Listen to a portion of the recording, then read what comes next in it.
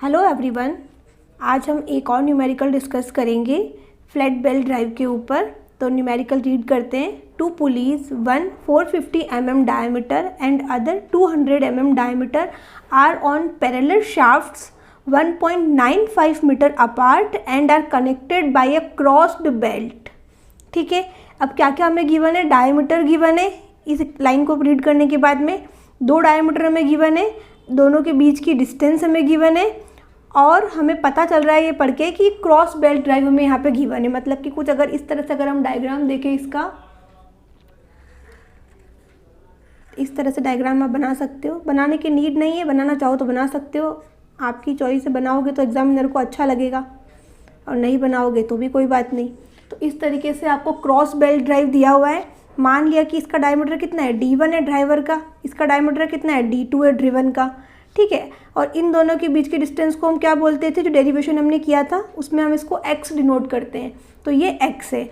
तो हमें न्यूमेरिकल में क्या गिवन है? डायमीटर गिवन है, एक है हमारा 450, मतलब जो बड़ा वाला डायमीटर है जो कि ड्राइवर का होता है वो हमें दे रखा है D1 450 mm। क्लियर? अब 450 mm दे रखा है तो इट्स बेटर कि आप यहीं पर ही क्या करो, उसको मीटर में कन्वर्ट कर दो ताकि आगे मिस्टेक होने के चांसेस कम हो जाए। एलिमिनेट कर दो तुम उस मिस्टेक को। अब नेक्स्ट दे रखा है एंड अदर डायमीटर कितना दे रखा है हमें? 200 mm। डेट मीन्स हमें D2 गिवन है, डेट इज़ 200 mm। क्लियर? इसको भी आप यहाँ पे चेंज कर लो, 0.2 मीटर। अब हमें क्या दे रखा है?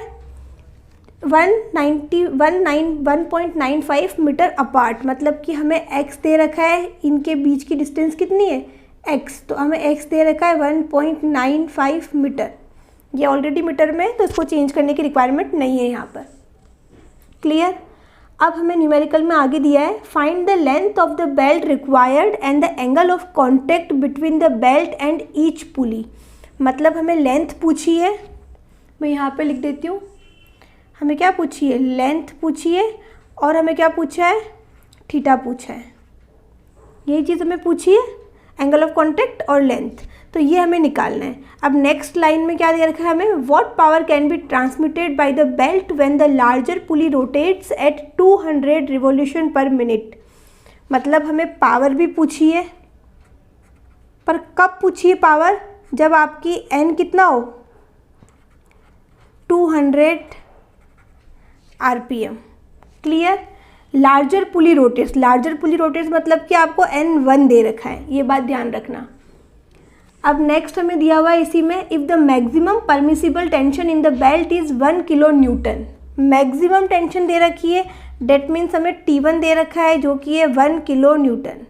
मैक्सिमम टेंशन कहाँ पर होती है? आपकी टाइट साइड पे होती है, तो ये हमें दे रखा है 1 किलो न्यूटन।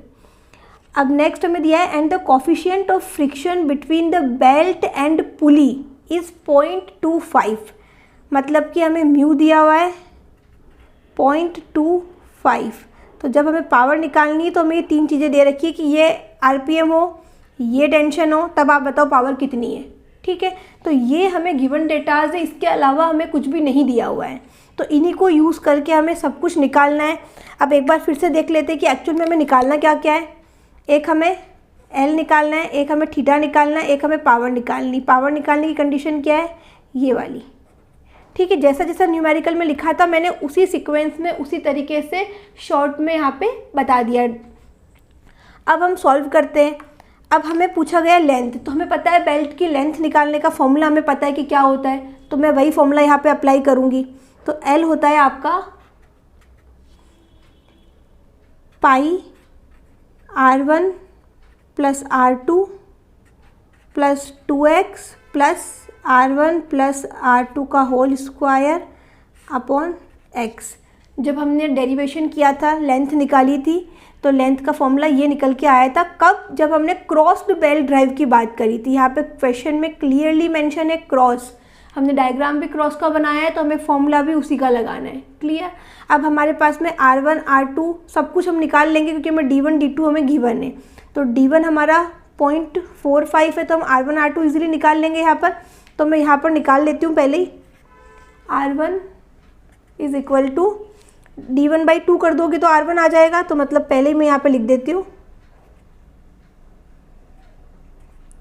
सॉरी ये 0 नहीं आएगा, 0.225, ठीक है, mm मीटर होगा, क्योंकि मैंने यहाँ पे मीटर वाली यूनिट को कन्वर्ट किया है। सेम R2 निकाल के रख लेती हूँ यहाँ पर, 0.2/2 करोगे तो कितना निकल के आ जाएगा, 0.1 मीटर। तो ये R1 और ये R2 मैंने इसलिए निकाला है ताकि मैं डायरेक्ट क्या करूँगी, इक्वेशन में यहाँ पर रख दूँगी। अब जस्ट इक्वेशन में वैल्यूज़ को रखते हैं और सॉल्व करते हैं। L क्या निकल के आ जाएगा, पाई, R1 कितना है 0.0225 प्लस 0.1 R2 की वैल्यू प्लस 2 1.95 हमें x की वैल्यू यहाँ पर गिवन है, प्लस 0.225 प्लस 0.1 का होल स्क्वायर अपॉन में 1.95 हमने वैल्यूज़ पुट करी है। वैल्यूज़ पुट करने के बाद में सीधा सीधा कैलकुलेटर में एक ही बार में आप उसको सिंप्लीफाई कर दो, ठीक है। और जो वैल्यू आई है वो मैं यहाँ पे अप्रोक्स लिख रही हूँ, 4.974666 करके कुछ वैल्यू आई है। आप इसको इस तरीके से अप्रोक्सीमेट करके लिख दो 4.98, ठीक है। यूनिट क्या आएगी इसकी, मीटर। तो ये हमारे पास में लेंथ निकल के आई है, ये हमारे पास में क्या निकल के आई है, लेंथ निकल के आ गई है। तो हमारा एक आंसर तो यहाँ पे निकल के आ गया है, ठीक है। अब हमें क्या पूछा है, थीटा। थीटा क्या होता है, angle of contact, angle of lap, आप कुछ भी बोलो। तो यहाँ पर ये ध्यान रखना है कि हमें क्रॉस बेल्ट ड्राइव दी हुई है, तो हमें थीटा का फॉर्मूला भी उसी के लिए लगाना है। कभी कभी जल्दबाजी में क्या होता है, हम फॉर्मूला गलत लगा देते हैं, क्योंकि हम इतना नोटिस नहीं करते कि हमें क्रॉस दिया हुआ है। तो वो चीज़ ध्यान में रख के हमें क्या करना है, थीटा का फॉर्मूला लगाना है। तो जब हम बात करते हैं क्रॉस बेल्ट ड्राइव की, क्रॉस बेल्ट ड्राइव की हम बात करते हैं तो थीटा का फॉर्मूला होता है 180 प्लस 2 अल्फ़ा। ये होता है हमारा थीटा का फॉर्मूला, जिसमें अल्फ़ा की वैल्यू क्या होती है आपकी, अल्फ़ा होता है आपका sign inverse R1 plus R2 upon में x। ये आपकी अल्फ़ा की वैल्यू होती है। तो सबसे पहले थीटा निकालने के लिए मुझे क्या करना पड़ेगा, मुझे ये अल्फ़ा की वैल्यू पता होगी तो मैं थीटा की वैल्यू इजीली निकाल लूँगी। तो सबसे पहले मैं यहाँ पे क्या निकालूंगी, अल्फ़ा निकालूंगी। तो अल्फ़ा निकाल लेते हैं हम। Alpha is equal to sine inverse R1 plus R2, मतलब 0.225 प्लस 0.1 डिवाइडेड बाय 1.95। क्लियर। जब आप इसको सिंप्लीफाई करोगे, साइन इनवर्स की ये वाली वैल्यू को सिंप्लीफाई करोगे, देन साइन इनवर्स लोगे तो आपके पास में वैल्यू आएगी 9.59 डिग्री। क्लियर। इसको आप राउंड फिगर में अप्रोक्सीमेट कर लो 9.6 डिग्री, ठीक है। मैं हमेशा यहाँ पर आपको कैलकुलेशन नहीं बताती हूँ, मैं आपको शो कर दूँगी स्क्रीन पे, ताकि आपका टाइम सेव हो और वीडियो अननेसेसरी लंबी ना हो। क्लियर। अल्फ़ा मेरे पास निकल के आ गया। अब अल्फ़ा मेरे पास निकल के आ गया तो मैं थीटा वाली जो इक्वेशन है इसमें मैं अगर वैल्यू रख दूँ अल्फ़ा की तो मेरे पास में क्या होगा, थीटा भी निकल के आ जाएगा। तो मैं जस्ट वही करने वाली हूँ, यहाँ पे मैं लाइन कर देती हूँ और यहाँ पे कर देती हूँ। Theta is equal to 180 plus 2 9.6। Clear. तो कितना आ रहा है, इसको सॉल्व करने के बाद में जब आप इसको सॉल्व करते हो तो 199.2 डिग्री। क्लियर। अब ये डिग्री में है और हमें किस में निकालना होता है, हमेशा रेडियन में निकालना है। तो क्या करना है, 199.2 को मल्टीप्लाई कर देंगे पाई बाई 180 से, तो वो रेडियन में कन्वर्ट हो जाएगा। तो जब आप इसको सिंप्लीफाई करते हो तो आपके पास में वैल्यू आएगी 3.47 रेडियन। क्लियर। क्या वैल्यू आई आपके पास में, 3.47 रेडियन, जो कि किसकी वैल्यू है, थीटा की वैल्यू है। तो हमारे पास में एक ये वाला आंसर आ गया, एक ये वाला आंसर आ गया। दो चीज़ें हम निकाल चुके हैं यहाँ पर। अब हमें क्या निकालना है, पावर निकालनी है। आई होप यहाँ तक क्लियर होगा, कोई डाउट नहीं होगा। तो हम यहाँ पर अब पावर निकालेंगे। अब पावर का फॉर्मूला क्या होता है, पावर का फॉर्मूला होता है आपका P is equal to T1 minus T2 multiply में V, वेलोसिटी। ये आपका फॉर्मूला होता है पावर का। अब यहाँ पर हम V तो निकाल लेंगे πdn/60। अब πdn/60 करना है, लेकिन यहाँ पे D 2 है, तो जब भी ध्यान रखना हम ड्राइवर का लेकर चलते, क्योंकि ड्राइवर का साइज़ क्या होता है, बड़ा होता है, और हम ड्राइवर का ही लेके चलेंगे। कंफ्यूज नहीं होना, ड्रिवन का नहीं रखना है। तो मैं यहाँ पे आपको अलग से निकाल के दिखा देती हूँ। V πdn/60, तो यहाँ पर D1 और N1 लिख रही हूँ मैं। क्लियर। इस बात को नोट करना। तो जब आप इसकी वैल्यू पुट करते हो, पाई D1 कितना है, 0.45, ठीक है। एंड आपका N1 कितना है 200, ये आपको दे रखा है 200 RPM अपॉन 60। तो जब हम इसको सॉल्व करते हैं तो हमारे पास में वैल्यू आएगी 4.71 मीटर पर सेकंड। क्लियर। तो ये क्या निकल के आया है, V निकल के आया है। अब T1 हमें गिवन है, ये देखो T1 हमें यहाँ पे गिवन है, ठीक है। सेम हमारे पास में क्या नहीं है, T2 नहीं है। तो T2 किस तरीके से निकालें, जब हमने डेरिवेशन किया था फ्लैट बेल्ट ड्राइव के लिए रेशो निकालना टेंशन का, तो एक फॉर्मूला निकल के आया था। That formula is 2.3 log T1 upon T2 is equal to mu theta, यही वाला फॉर्मूला था। अब सब कुछ है हमारे पास में, म्यू हमें गिवन है, थीटा हम निकाल चुके हैं, 2.3 रहता है, log T1 हमें पता है और T2 हमें निकालना है। तो एक ही अननोन है, हम T2 आराम से निकाल लेंगे, तो हम वैल्यू पुट करेंगे, ठीक है। तो इसको सिंप्लीफाई करके लिख दो यहाँ पे, log T1 upon T2 mu theta upon 2.3। Clear. अब इसको और सिंप्लीफाई करेंगे हम अभी, आई होप विजिबल होगा आपको, ठीक है। मैं यहाँ पे सिंप्लीफाई करके दिखा देती हूँ।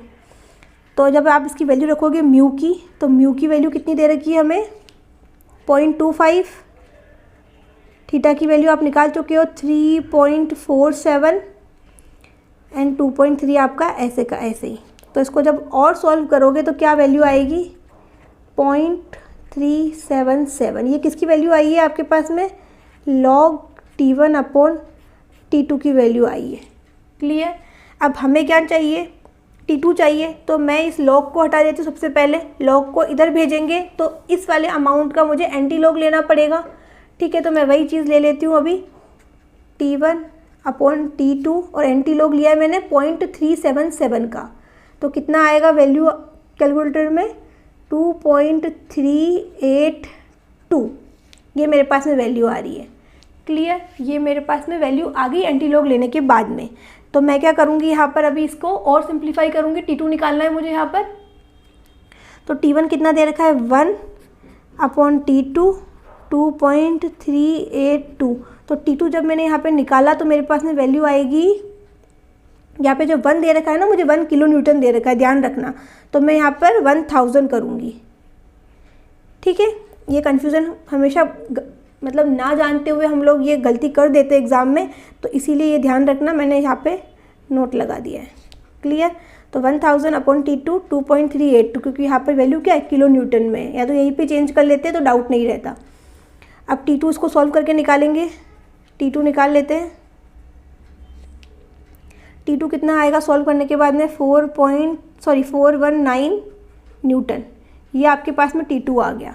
अब पर्टिकुलर इस वाली इक्वेशन के लिए आपके पास में T1 T2 V सब कुछ है, तो अब हम क्या करेंगे, उसको सॉल्व कर लेंगे। तो P कितना निकल के आ जाएगा, T1 कितना है 1000, T2 निकल के आया है 419, ठीक है। और V कितना है हमारे पास है 4.71। तो जब मैं इसको सिंप्लीफाई करती हूँ तो मेरे पास में वैल्यू आएगी 2737 वॉट, ठीक है। यहाँ तक भी करके छोड़ दो तो भी चलेगा, लेकिन लास्ट में क्या करना चाहिए हमें, किलोवाट में निकाल के रख दो, ताकि उसके आगे कोई स्कोप ही ना रहे मार्क्स कटने का। तो इसको हम किलोवाट में चेंज कर लेंगे तो कितना आ जाएगा 2.7 किलोवाट। ये हमारे पास में क्या आ गई है, पावर की वैल्यू आ गई है। तो यहाँ पर हमारे पास में 3 आंसर आ गए, answer number 1, answer number 2, answer number 3, ठीक है। अगर टाइम ज़्यादा हो एग्ज़ाम में, मतलब कि ज़्यादा का मतलब कि हाँ पेपर सॉल्व हो गया है, एक्स्ट्रा टाइम बच रहा है 5 मिनट्स का, तो नीचे पर्टिकुलर यहाँ पर आंसर्स आर और तीनों को एक ही बार में 1 बाय 1 लाइन में लिख दो एंड देन अपना काम ख़त्म। वहाँ पे आपको फुल मार्क्स मिलेंगे।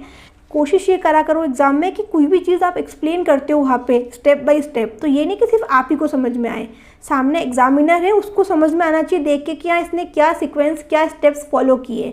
तो थोड़ा नीट एंड क्लीन काम करो बस, और कोई मार्क्स कटेगा नहीं। आई होप ये न्यूमेरिकल समझ में आया होगा। ये इंपॉर्टेंट न्यूमेरिकल है, कई बार पैरामीटर्स चेंज करके इसी सेम न्यूमेरिकल को दिया जाता है, मतलब कि डायमीटर की वैल्यू चेंज कर दी, एक्स की वैल्यू चेंज कर दी, कुछ ना कुछ चेंज करके फॉर्मेट यही रहता है। तो अच्छा न्यूमेरिकल है। आई होप समझ में आया होगा। अगर समझ में आया है तो प्लीज़ वीडियो को लाइक करना एंड चैनल को सब्सक्राइब करना और अपने फ्रेंड्स के साथ में वीडियो को शेयर कर देना। Thank you so much.